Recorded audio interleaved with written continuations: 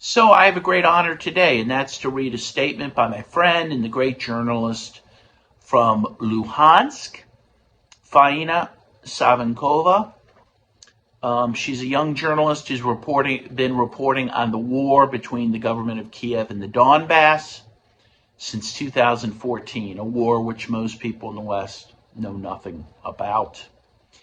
But what she's writing about is her thoughts on May 9th, Victory Day, which is the day in which Russians celebrate the victory of the heroic Soviet peoples against the Nazis. First, she asked that I give my own thoughts about May 9th. I was lucky to be in Leningrad on May 9th of last year to celebrate Victory Day.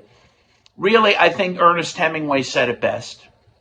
He said, anyone who loves freedom owes such a debt to the Red Army that it can never be repaid. I don't think I can say anything more or better than Hemingway on that issue. And so with that, and with no more ado, I'm going to read Faina's statement. It's a beautiful statement, and it goes as such. Hello, great-grandfather Vasily. We are reunited again on the eve of Victory Day. And I want to ask your forgiveness. Forgive us for not having acted thus, for having forgotten your exploit and the heroes of the war.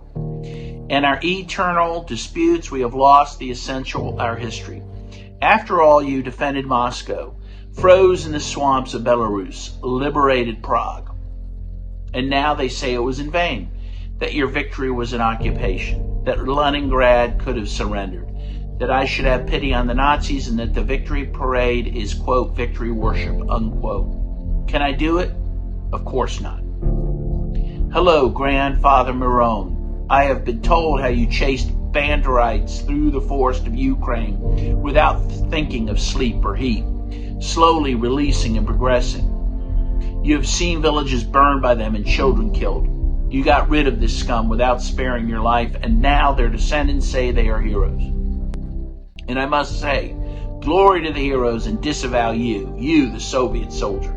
They say they have won the war, but as before they are fighting children and old people, destroying towns and villages, leaving behind scorched earth and ash on their boots. Can it be so, if only 78 years have passed since victory?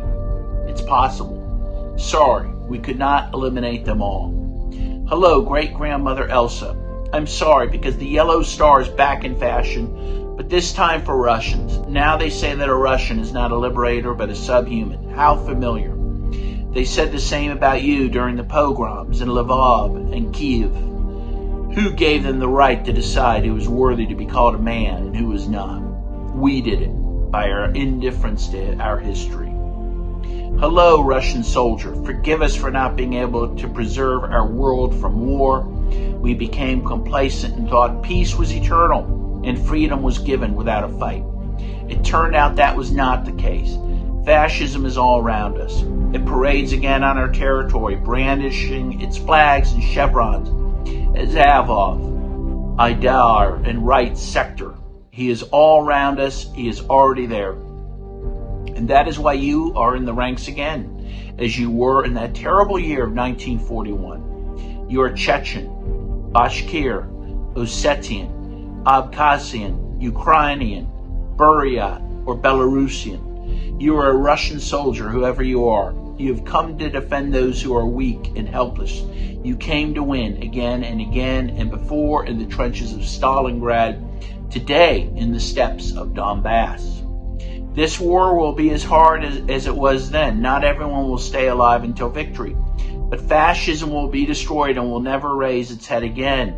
I believe victory will come. The reconstructed cities of Ukraine and Donbass will celebrate on May 9th. Kiev, Donetsk, Luhansk, Odessa, Slavyansk, Kharkov, Dnipropetrovsk, and other cities will have a parade where, as many years ago, the banner of victory will be carried, and the flags of this Nazi Ukraine will be thrown at the foot of the heroes' monuments. And we will wait for this victory. Faina, thank you for your wonderful words. I hope I did you justice. Happy May 9th to everyone. And as always, we wish victory over fascism.